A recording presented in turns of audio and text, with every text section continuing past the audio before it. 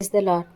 ఈరోజు మనం యేసుని జననం గూర్చి ధ్యానిద్దాం. అబ్రహాం కాలం నుండి దావీదు కాలం వరకు మొత్తం 14 తరాలు. దావీదు కాలం నుండి బబులోను నగరానికి బందీలుగా కొనుపోబడిన కాలం వరకు 14 తరాలు. అలా కొనుపోబడిన కాలం నుండి క్రీస్తు వరకు 14 తరాలు. ఆ 14వ తరంలో యేసుక్రీస్తు జననం జరిగింది. యేసుక్రీస్తు జననం ఎలా సంభవించింది? యేసుక్రీస్తు తల్లి మరియకు యోసేపు అనే వ్యక్తికి వివాహం నిశ్చయమైంది. వివాహం కాకముందే పవిత్రాత్మ శక్తి ద్వారా మరియ గర్భవతి అయ్యింది. కానీ ఆమె భర్త యోసేపు నీతిమంతుడు. అందువల్ల అతడు ఆమెను నలుగురిలో అవమానపరచదలుచుకోలేదు. కనుక ఆమెతో రహస్యంగా తెగతంపులు చేసుకోవాలని మనసులో అనుకున్నాడు.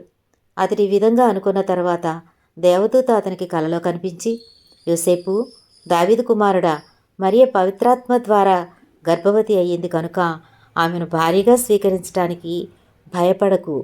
ఆమె ఒక మగ శిశువును ప్రసవిస్తుంది. ఆయన తన ప్రజల్ని వాళ్ళు చేసిన పాపాల నుండి రక్షిస్తాడు. కనుక ఆయనకి యేసు అని పేరు పెట్టు అని అన్నాడు. ప్రవక్త ద్వారా ప్రభు ఈ విధంగా చెప్పాడు. కన్యక గర్భవతి అయి మగ శిశువును ప్రసవిస్తుంది. వాళ్ళు ఆయనను ఇమ్మానుయేలు అని పిలుస్తారు.